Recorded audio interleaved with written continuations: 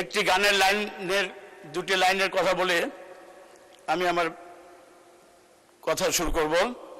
সেটি হলো, আমরা যখন ছোট ছিলাম তখন একটি ছবি দেখেছিলাম, গোলাপি এখন ট্রেনে ছবিটির নাম। সেই ছবির মধ্যে আমরা একটি গান শুনেছিলাম, হায়রে কপাল মন্দ চোখ থাকিতে অন্ধ। আজকে 26-27 অর্থ বছরে বাজেটের পরিমাণ 9,38,000 কোটি টাকা। এই বাজেট বাস্তবায়নের মূল চ্যালেঞ্জ হলো স্বচ্ছতা, জবাবদিহিতা ও দক্ষ ব্যবস্থাপনা। জনগণের প্রত্যাশা পূরণে প্রতিটি টাকার সঠিক ব্যবহার নিশ্চিত করতে হবে।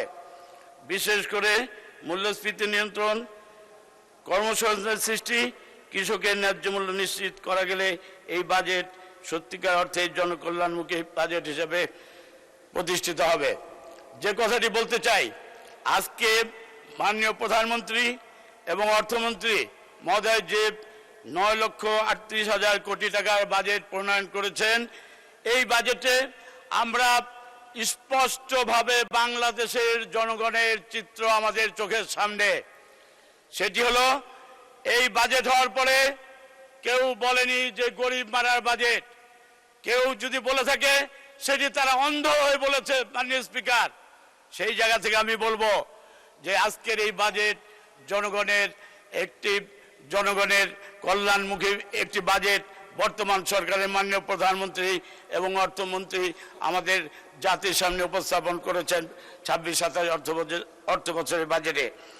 মাননীয় স্পিকার, বর্তমান বৈশ্বিক অর্থনৈতিক অস্থিরতা, মূল্যস্ফীতি এবং আন্তর্জাতিক নানা চ্যালেঞ্জের মোকাবেলা করে সরকার যে বাজেট প্রণয়ন করেছে তা দেশে অর্থনৈতিক স্থিতিশীলতা বজায় রাখতে এবং গুরুত্বপূর্ণ ভূমিকা রাখবে বলে আমি বিশ্বাস করি।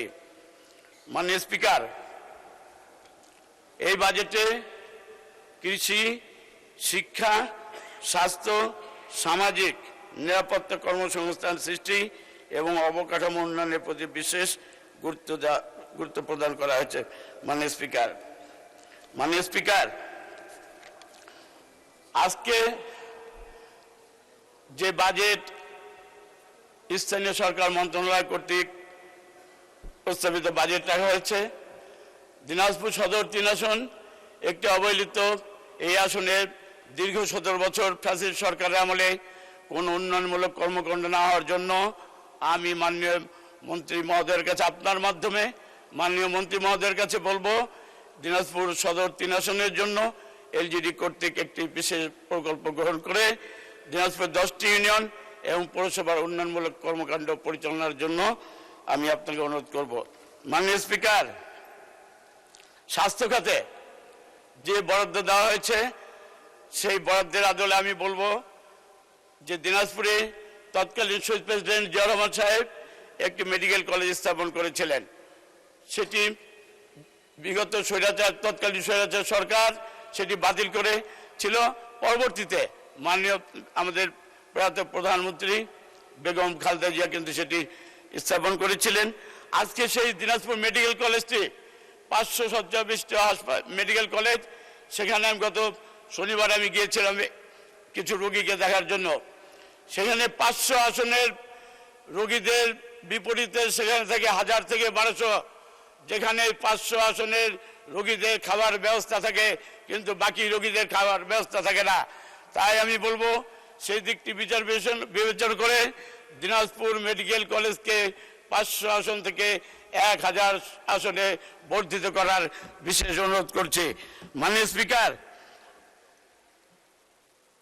সরকার রুগ্ন শিল্প এবং এই শিল্পগুলোর প্রতি বিশেষ প্রণোদনা প্রদান করেছেন, এই বাজেটে ধরা রাখা হয়েছে।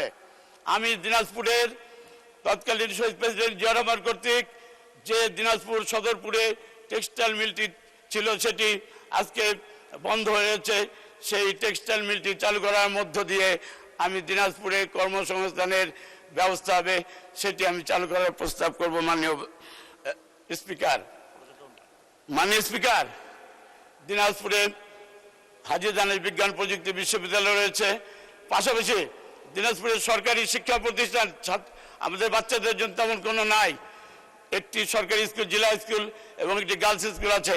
তার পাশাপাশি আমি দিনাজপুরে একটি ক্যাডেট কলেজ করার দিনাজপুরবাসীর বাসীর পক্ষ থেকে আপনার মাধ্যমে মাননীয় মন্ত্রী মহোদয়কে অনুরোধ করব। মাননীয় স্পিকার, ধন্যবাদ মাননীয় সদস্য।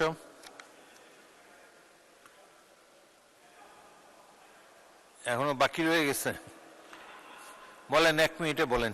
2 মিনিট 2 মিনিট না, 1 মিনিটে শেষ করেন।